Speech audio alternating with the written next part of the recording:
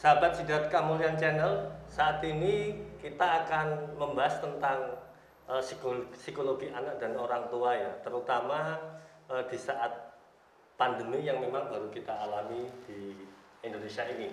Dan di studio kita sekarang sudah hadir Mbak Hanggari Desi Rufaida, MPSI psikolog.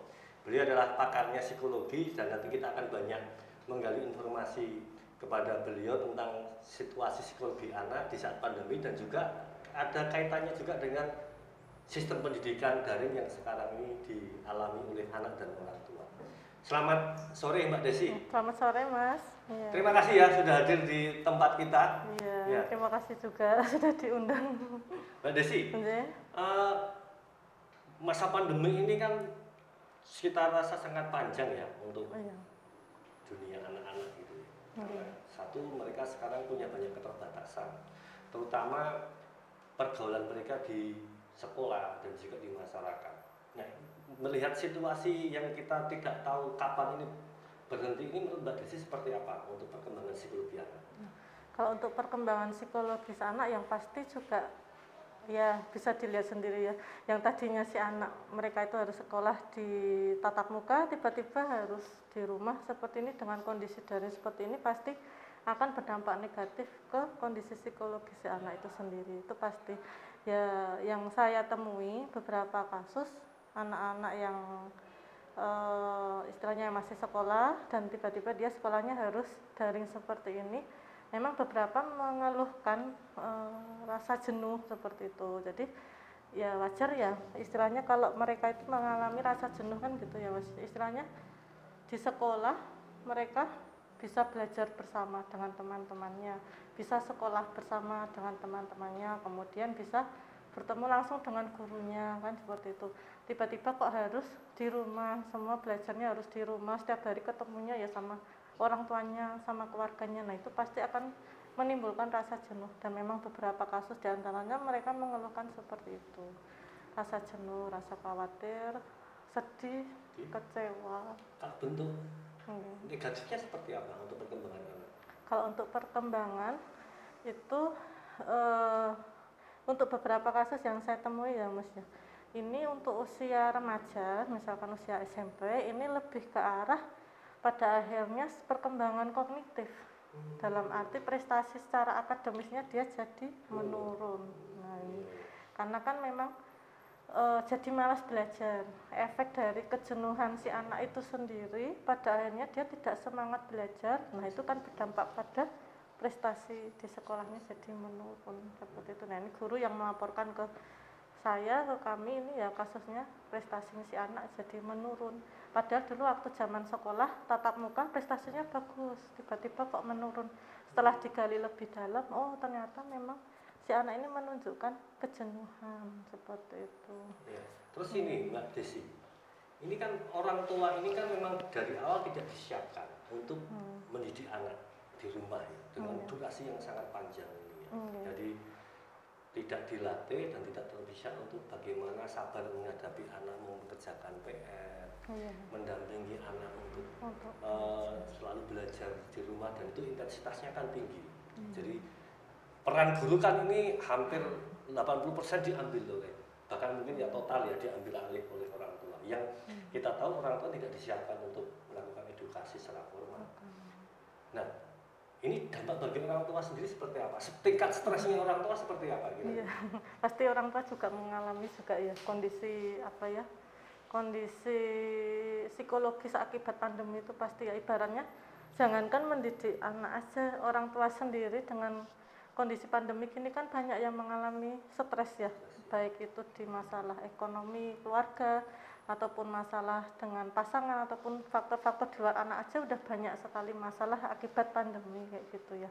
Nah tapi ini ditambah si anak, saya harus mendampingi anak di rumah ya, dari pagi sampai sore sampai naik sehari-hari harus ketemu anak, harus nampingi terus, belum nih anak masih males belajar, masih harus diberitahu, masih ngeyel. Nah ini kan agak jadi stresor tersendiri bagi orang tua.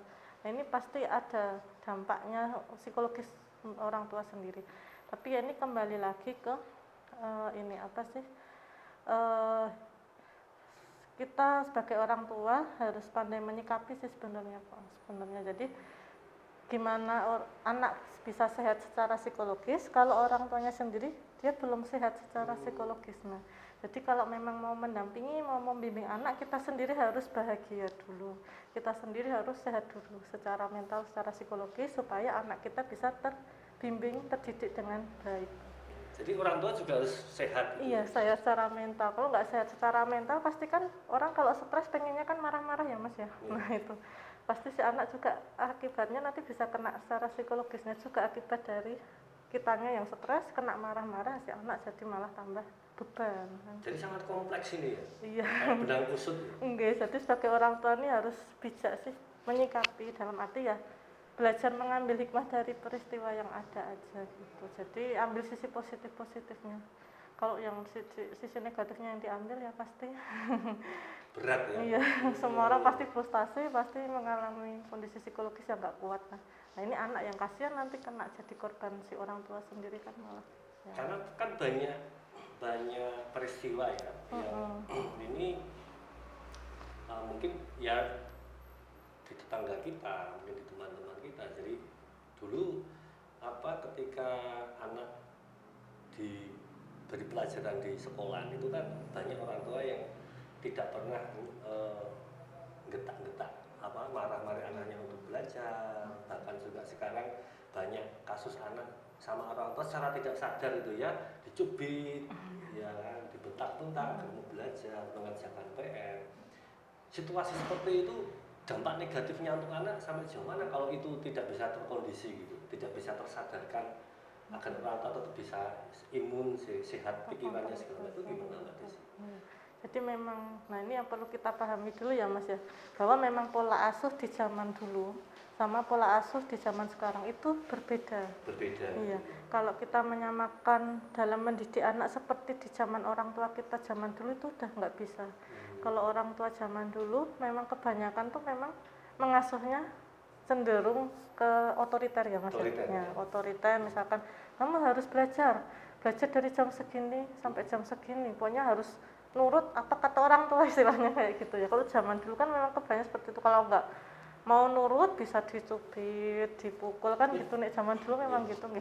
Nah ini kalau pola asuh seperti itu masih dilakukan di era yang saat ini, nah ini sebagian besar si anak ini pasti akan merasakan kondisi mental psikologis yang nggak nyaman gitu kalau orang tua bersikap demikian. Jadi memang pola asuh atau didikan anak di zaman sekarang itu lebih ke arah demokratis sebaiknya Mas. Jadi demokratis itu lebih kasih kelonggaran lah, kayak dikasih kebebasan lah. Nah tapi di samping itu kita sebagai orang tua tetap perlu mengawasi, tetap mengingatkan. Beda ya, mengingatkan, menasehati sama memarahi itu beda banget ya. Kalau menasehati dan mengarahkan itu kan lebih ke arah mengingatkan tuh ya, kamu begini loh dek, kamu kalau ngelakuin ini dampaknya seperti ini, tapi kalau kamu melakukan itu ya sisi negatifnya seperti ini, resikonya yang kamu ambil seperti ini. Jadi cukup mengingatkan daripada kita melarang, kamu nggak boleh gini, alasannya apa? Anak-anak zaman sekarang tuh kan kritis banget ya Mas. Iya. Jadi kalau kamu nggak boleh gini, nah ini kok nggak boleh ini, alasannya apa kan? Ibaratnya kita tuh kadang sebagai orang tua tidak memberikan alasannya, hanya sekedar melarang, membentak kan gitu ya Mas. Nah padahal anak zaman sekarang harus dikasih tahu alasannya apa supaya anak lebih mudah mencerna, tanpa harus membentak tapi cukup menasehati. Kalau seperti ini resikonya kamu nanti begini, kalau seperti ini nanti kamu yang malu seperti ini seperti itu, jadi dampaknya seperti ini. Jadi cukup diarahkan aja, biarkan si anak berpikir sendiri, biarkan mereka bersikap, tapi tetap kita sebagai orang tua harus mengawasi ya. Seperti itu.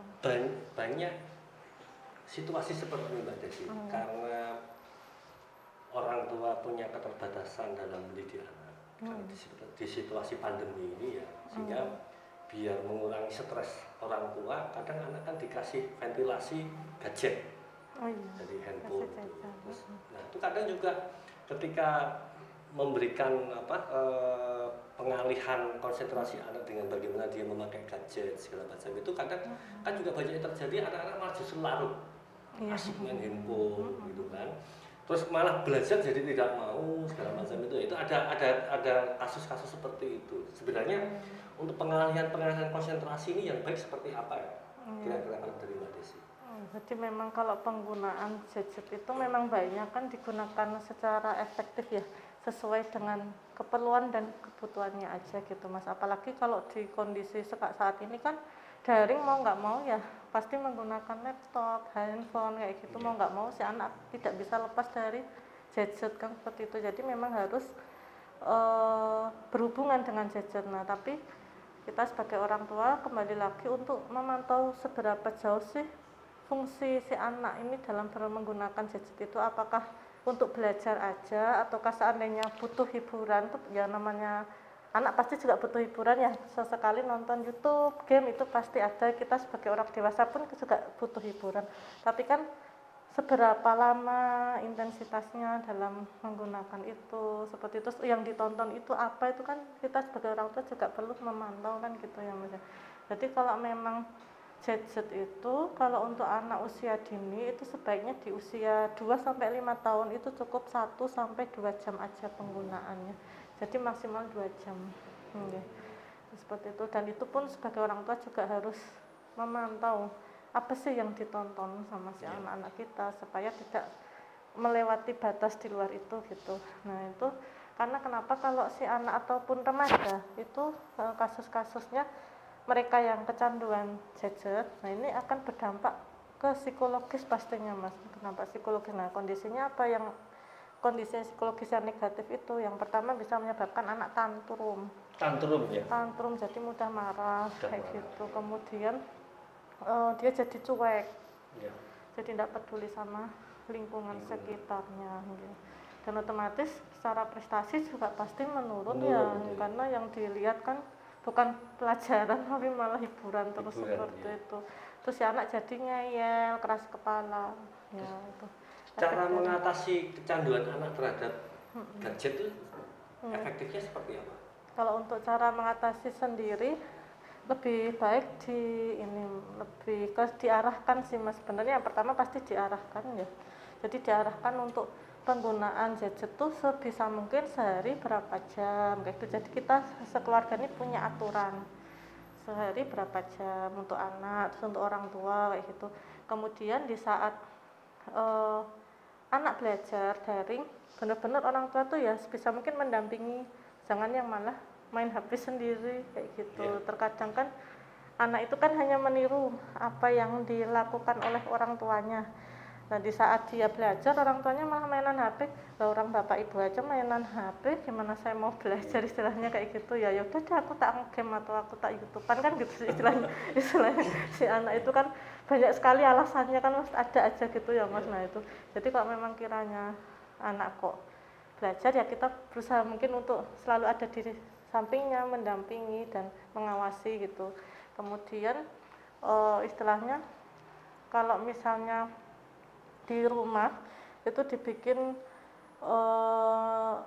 peraturan misalnya ya, untuk main HP misalkan untuk ngegame cukup 2 jam aja misalkan gitu, untuk nonton YouTube atau game cukup 2 jam, selebihnya itu hanya boleh untuk WA, chat, telepon yang penting-penting. Nah itu nanti dibikin terminal terminal telepon atau telkom, pura-pura telkom di sudut ruangan rumah. Nah itu jadi HP anak tuh dikumpulin di situ.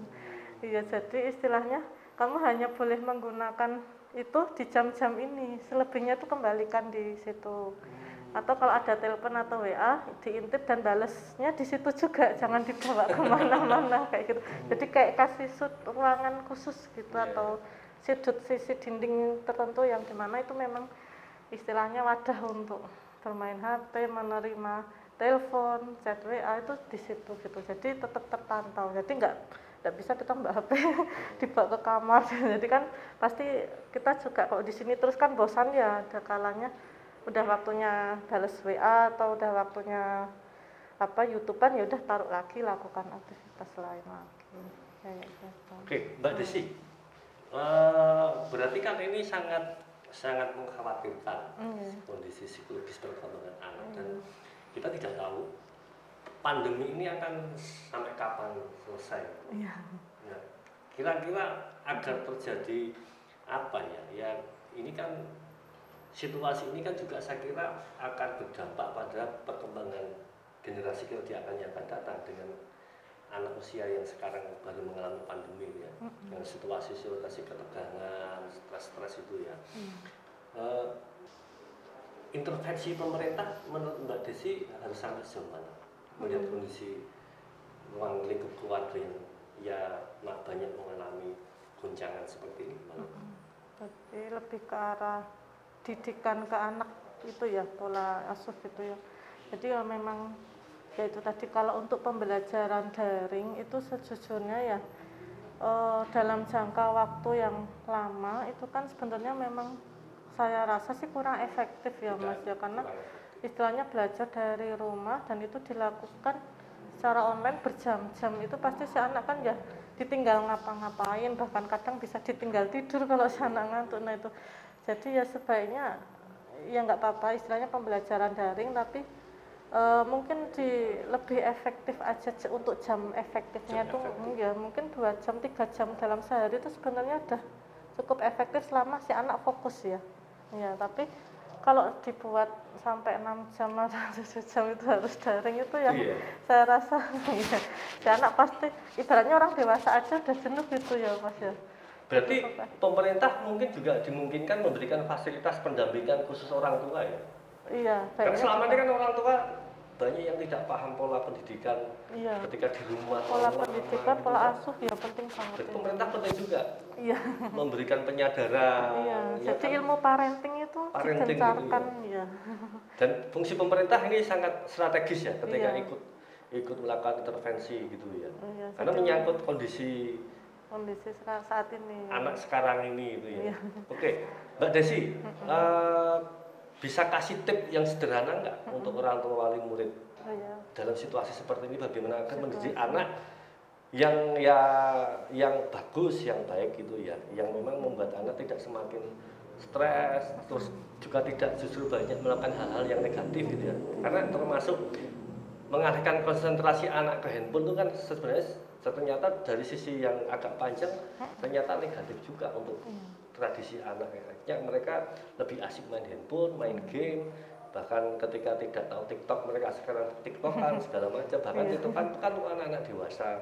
Akhirnya mereka bikin Instagram, ada yang bikin Facebook, padahal usia mereka masih di bawah umur. Nah, tip untuk orang tua seperti apa kira-kira Mbak Desi? Jadi memang yang perlu kita pahami yaitu tadi ya yang namanya pola asuh itu zaman dahulu dengan zaman sekarang itu berbeda. Seperti itu yang perlu kita tekankan, bahwasanya kita tidak bisa memaksakan anak untuk sesuai dengan kemauan kita. Tapi orang tua perlu untuk mengingatkan. Yang penting tugas orang tua itu mengingatkan. Masalah anak manut atau tidak itu udah urusan si anak, apalagi kalau udah 17 tahun ke atas. Nah itu sudah istilahnya sudah dikatakan dewasa ya, itu udah kasihlah kelonggaran tetapi masih dalam pengawasan kita. Jadi seandainya dia agak negatif kita ingatkan lagi, yang negatif kita ingatkan lagi, tapi mengingatkan ya, bukan memarahi. Nah, di konteks zaman sekarang tuh orang tua itu masih suka memarahi, membentaknya, itu yang ada apa efek buruknya? Yang ada yang pertama si anak jadi nggak percaya diri kalau sering gitu dimarahin. Si anak jadi tertutup ini resikonya kalau dia punya masalah jadi dia nggak mau cerita. Lama-lama dia kalau ada masalah nggak mau cerita kan jadi depresi ya Mas ya. Iya, nggak bisa ngetok ke unek-unek istilahnya gitu. Kemudian secara prestasi juga bisa menurun karena sering dibentak. Jadi dia mau misalkan dalam proses pembelajaran saja kalau kita ngajari, dek ini masa kamu kayak gini nggak bisa misalkan kayak gitu ya, atau dipukul, dah kamu tuh kok goblok banget misalkan, mohon maaf ya seperti itu, yang terekam dalam otak anak itu kan yang pasti ternyata saya tuh bodoh ya di mata orang tua ya. Jadi dia mau jawab itu jadi nggak berani, besok-besok di saat ngerjain soal dia jadi nggak pede, padahal dia bisa tapi dia takut salah. Nah itu jadi nggak berani mengungkapkan atau mungkin tidak berani nunjukkan, Bu ini benar enggak, itu masih ragu, nggak bisa ngambil keputusan pada akhirnya nanti si anak. Nah itu juga dampak dari sering dimarahi, sering dibentak. Jadi memang efek negatifnya itu banyak sekali.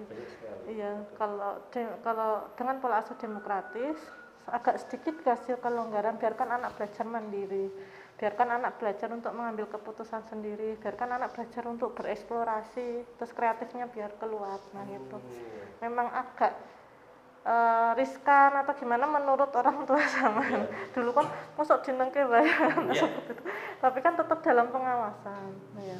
Jadi ada sedikit penyelewengan ya kita ingatkan lagi, kemudian didikan agama itu yang paling penting ya Mas ya, sedari dini itu anak kecil udah harus dikuatkan dulu di agama, dikokohkan dulu, jadi sehingga kalau sudah terbentuk iman yang baik itu insya Allah nanti semasa hidupnya usia dewasanya dia juga sudah dengan sendirinya terbenteng seperti itu. Yang penting usia dini itu usia dimana kita banyak mendidik, membimbing yang baik dari prestasi akademik, tapi jangan lupa juga didikan karakter, itu sangat penting karena zaman sekarang itu banyak orang yang secara moral dan karakter sudah pupus gitu. Jangan sampai anak cucu kita juga seperti itu. Jadi didikan untuk berbagi, menolong sesama itu sangat penting sekali. Ada tambahan sebagai penutup, Mbak Desi? Ya mungkin ini ya. Jadi pesan untuk orang tua dan mungkin untuk anak.